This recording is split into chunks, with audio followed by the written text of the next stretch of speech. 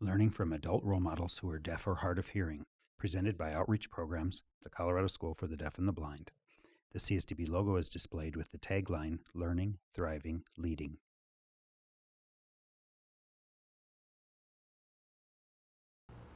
Our presenter is standing beside a bookcase in a library media center with a brick wall in the background. He is communicating in sign language with voice narration. Captions are below on screen. Title, Aaron. Hi, I'm Aaron Kellogg. This is my sign name. And I'm from CSDB. That's the Colorado School for the Deaf and Blind. I'm not really deaf. I'm hard of hearing. I'm completely deaf in my left ear. But in my right ear, I use a special device, a hearing aid. And I can hear as well as hearing people. Growing up, I used oral communication, signed exact English, pidgin signed English, and ASL.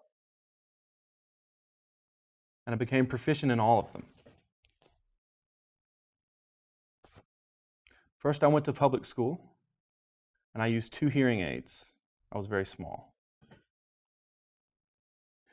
But my mom noticed that when the battery died in my right hearing aid, and my left hearing aid was the only one working, I wasn't able to pick up sound like I could when the right one was working.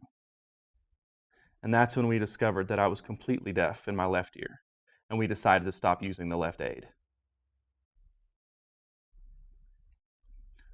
Public school was really frustrating for me. Communication was tough. I was communicating with the teacher through an interpreter, while my peers were able to talk with the teacher directly.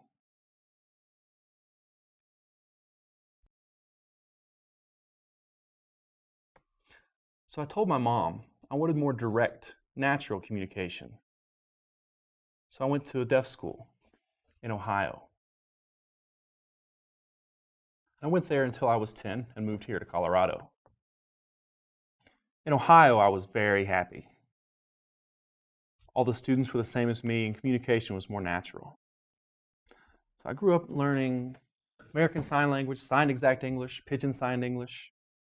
I learned all 3 of those because people communicate in different methods. Some people use oral communication and prefer signed exact English, and if I only knew ASL, it would make communication with these people difficult.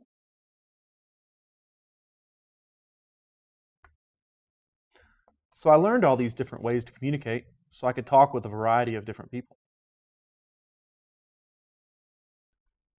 Title, Family Support. My mom knows ASL. She's licensed. She's been the principal of numerous deaf schools. She understands deaf culture even though she's hearing. She has a PhD. She always had very high expectations for my sister and me. She placed a heavy emphasis on education. My dad, he was a typical dad. He was a mechanic, very caring. But my mom, she was really the one who watched over our education. And really, that helped me a lot.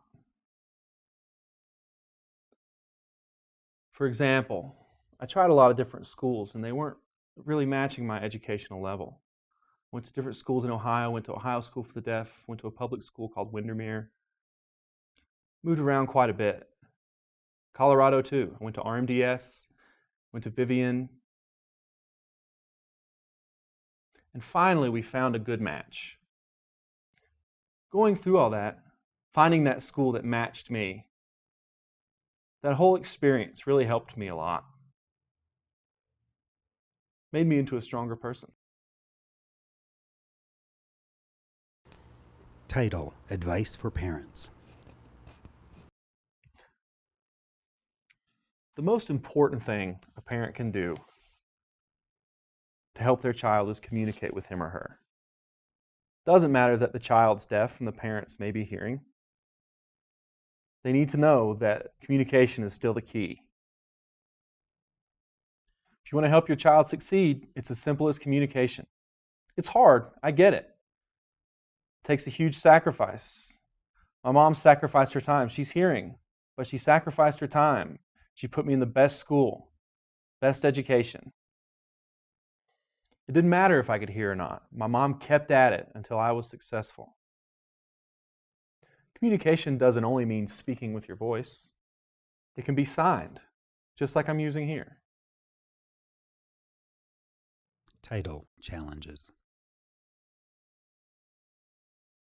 In the mainstream classroom, I was faced with some pretty tough challenges.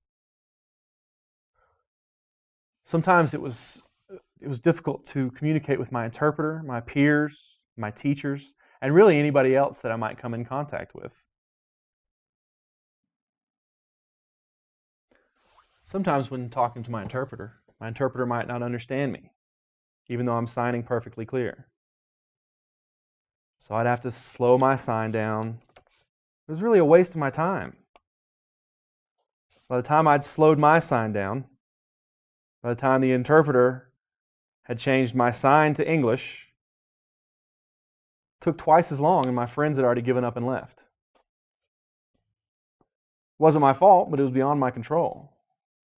Sometimes I would try to use my voice, but I couldn't speak as well as the other hearing kids.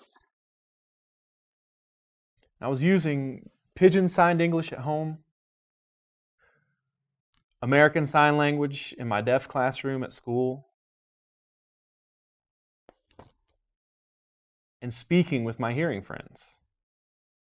So it was a real challenge keeping everything straight. Title: Future Plans. My plans for the future now, well, let me back up.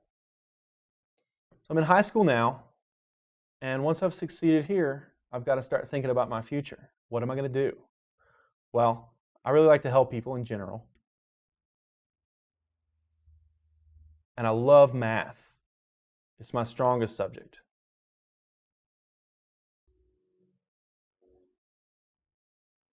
So a great job that would allow me to do both would be to become a math teacher. But really, there are all sorts of things I could do. Learning from adult role models who are deaf or hard of hearing has been a production of the Colorado School for the Deaf and the Blind, 33 North Institute Street, Colorado Springs, Colorado, 80903, 719-578-2100, www.csdb.org. Videography by Deb Branch and Sean Levier. Copyright 2014. Audio description, Jim Olson. Editing assistants, Diane Covington, Dr. Laura Douglas. Captioning, Neil Anthony Thomas, Corey McCormick. Transcription, Eleanor Vasquez.